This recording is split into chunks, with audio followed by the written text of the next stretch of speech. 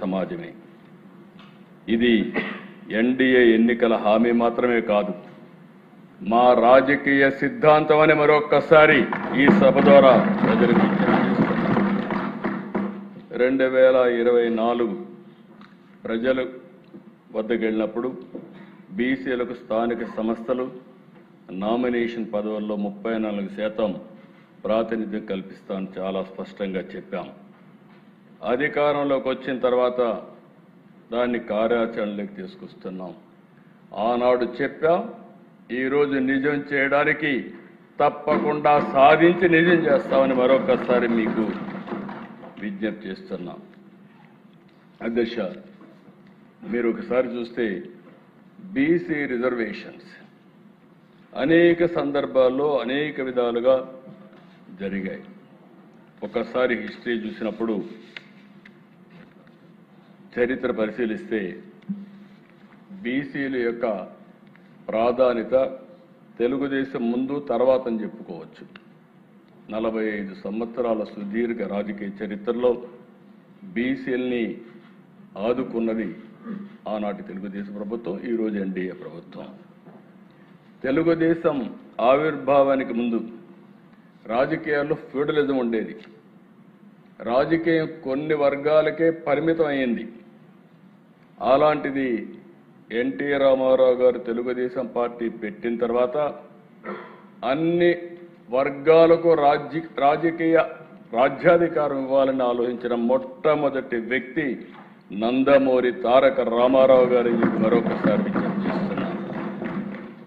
ఈరోజు మనం చూసాం లీడర్షిప్, మనం చెప్పుకునే నాయకత్వం, బలమైన బీసీ నేతలు ఎర్రంనాయుడు, యనమల రామకృష్ణుడు, కేఈ కృష్ణమూర్తి, చైర్లో ఉన్నటువంటి ఈనాటి స్పీకర్ అయ్యన్న పాత్రుడు, కళా వెంకట్రావు, తెలంగాణలో ఉండే దేవేంద్ర గౌడ్, ఇలాంటి ప్రముఖ బీసీ నాయకులకందరికీ రాజకీయంగా పైకి తీసుకొచ్చిన నాయకుడు నందమూరి తారక రామారావు గారు అని చెప్పి మీకు తెలియజేస్తున్నారు. బీసీలకు పదవి ఇవ్వడం మాత్రమే కాదు అధ్యక్ష, నాయకత్వం ఇవ్వాలని ఆలోచించిన వ్యక్తి ఎన్టీఆర్. ఒక్క మాటలో చెప్పాలంటే బీసీల సంక్షేమం ఈరోజు కూడా ఎన్డీఏలో మేమందరం కలిసిన తర్వాత పూర్తిగా సహకరించారు. ఈరోజు మీరు చూస్తే ఇది ఎప్పుడు కూడా ఒక అవినాభావ సంబంధంతో బీసీలు తెలుగుదేశం ముందుకు పోయే పరిస్థితి అని చెప్పి కూడా నేను మీకు తెలియజేస్తున్నా. మొట్టమొదటిసారిగా అధ్యక్ష 1986లో బీసీలకు తొలిసారి స్థానిక సంస్థల్లో 20% రిజర్వేషన్ కల్పించిన ఘనత నందమూరి తారక రామారావు గారికి దక్కింది. ఆ రోజు జిల్లా ప్రజా పరిషత్, మండల ప్రజా పరిషత్తుల్లో రిజర్వేషన్లు కల్పించారు. ఇదే రిజర్వేషను సుప్రీంకోర్టు వరకు వెళ్ళింది. ఆ తర్వాత 1972లో ఆనాడు చేసినట్టు రాజ్యాంగ సవరణ 73, 74 కూడా దీన్ని ఆధారంగా చేసుకొని ఒక స్ఫూర్తిదాయకంగా ముందుకు పోయే పరిస్థితికి వచ్చారు. తర్వాత దిశ నేను ముఖ్యమంత్రి 1995లో యాక్ట్ ఆఫ్ 5 కింద మీరు చూస్తే బీసీలకు 34% రిజర్వేషన్ చేశాం. 20% రిజర్వేషన్ని 34% రిజర్వేషన్లుగా 1995 నేను ముఖ్యమంత్రిగా ఉన్నప్పుడు దీన్ని నిర్ణయం చేశాను. ఇదే కోటా అధ్యక్ష 34%, 95, 2001, 2006, 2013 ఎన్నికలు జరిగాయి. అన్ని ఎన్నికల్లో 34% రిజర్వేషన్లు పెట్టాం. 2019 ప్రభుత్వం మారింది, బీసీలకు అన్యాయం జరిగే పరిస్థితి వచ్చింది. అధ్యక్ష, ఆ రోజు మీరు చూస్తే 2019 GOMS నెంబర్ 176 తీసుకొచ్చారు. హైకోర్టుకు వెళ్ళారు, నాటకాలు ఆడారు, హైకోర్టు కొట్టేసింది. కొట్టేసి సుప్రీంకోర్టు కూడా అపీల్ చేయాలి. అంటే దీని అర్థం ఏంటి అధ్యక్ష? ఈయన కేసులు ఉన్నాయి, 20 ఏళ్లుగా దగ్గర దగ్గర 15 సంవత్సరాలు కింది కోర్టుకి పై కోర్టుకి లా తెలియని వ్యక్తి కాదు, లిటిగేషన్ తెలియని వ్యక్తి కాదు. కానీ బీసీలకు ద్రోహం చేయడంలో మాత్రం నెంబర్ 1 అని మరొక్కసారి ఈరోజు మీకు తెలియజేస్తున్నాను అధ్యక్ష. కనీసం ఆలోచించకుండా సుప్రీంకోర్టుకు పోకుండా బీసీలకు ద్రోహం చేసిన వ్యక్తి, ఆనాటి పేరు కూడా నేను చెప్పను, ఇలాంటి వ్యక్తి అని చెప్పి కూడా నేను మీకు తెలియజేసుకుంటున్నా. అందుకనే అధ్యక్ష ఆ రోజు ఏకపక్షంగా సుప్రీంకోర్టుకి వెళ్లకుండా జీవో నెంబర్ 559, 560 ద్వారా 34% ఉండే రిజర్వేషన్ని 24.15% తగ్గించినటువంటి వ్యక్తి ద్రోహం చేసిన పార్టీ ఆ పార్టీ అని చెప్పి కూడా నేను మీకు తెలియజేస్తున్నా. దీనివల్ల అధ్యక్ష 16,800 మంది అనేక స్థాయిల్లో బీసీ నాయకత్వానికి అన్యాయం జరిగింది. నాయకత్వం అంటే అధ్యక్ష ఈరోజు మనం గుర్తుపెట్టుకోవాలి. ఒక పార్టీ గుర్తిస్తే గుర్తింపు వస్తుంది. ఒక నాయకుడికి స్థానిక సంస్థల్లో భాగస్వామ్యం ఇస్తే ఒక నాయకుడిగా అవుతాడు. ఒక ఉదాహరణ అధ్యక్ష, మొన్నటి వరకు ఎంపీటీసీగా పనిచేసిన కర్నూలులో ఉండే ఎంపీ నాగరాజు ఈరోజు ఎంపీ చేశామంటే అది తెలుగుదేశం పార్టీ విధానం.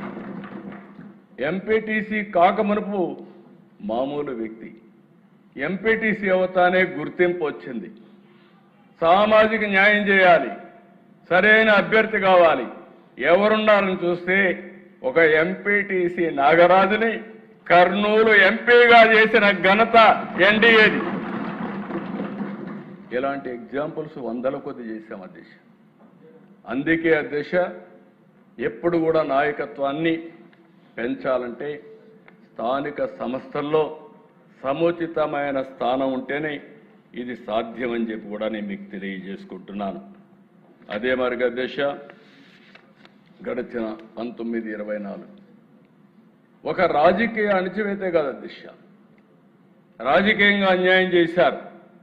ఇంకొక పక్క బీసీల పైన కక్ష కట్టారు. ఎందుకో నాకు తెలియదు. ఎందుకంటే ఎప్పటి నుంచో వాళ్ళకు వ్యతిరేకంగా ఉన్నారన్న ఆలోచన, లేకుంటే రాజకీయ విద్వేషం నాకు అర్థం కాదు. కానీ ఆ రోజు మీరు చూస్తే అచ్చెన్నాయుడిని అరెస్ట్ చేసి ఆయనకు ఫైల్స్ ఉంటే అక్కడి నుంచి అతి కిరాతకంగా అమరావతికి తీసుకొచ్చి జైల్లో పెట్టే పరిస్థితికి వచ్చారు. తర్వాత కొల్లూరు రవీంద్ర, ఆ తర్వాత ఒకరిద్దరు కాదు దిశ, అక్కడ అయ్యన్న పాత్రుడు గారు, అయ్యన్న పాత్రుడికి మీద రేప్ కేసు పెట్టే పరిస్థితికి వచ్చారు. ఇక్కడ ఉండే రవి, పల్లా శ్రీనివాస్, రామకృష్ణుడు ఇంతటితో ఆగలేదు అధ్యక్ష. ఇంకొక పక్కన రేపల్లిలో అమర్నాథ్ గౌడ్ అనే కార్యకర్త వాళ్ళ చెల్లుకు అన్యాయం జరిగిందని మాట్లాడితే పెట్రోల్ పోసి నడి రోడ్డు మీద తగలబెట్టేశారు. కనీసం కేసు పెట్టలేని పరిస్థితి. ఇదేంటి అధ్యక్ష?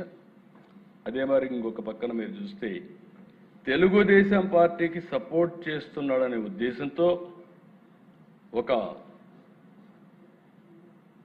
చంద్రయ్య గౌడ్, తోట చంద్రయ్య మాచర్ల అధ్యక్ష, ఆయన్ని ఎంత కిరాతకంగా బిహేవ్ చేశారంటే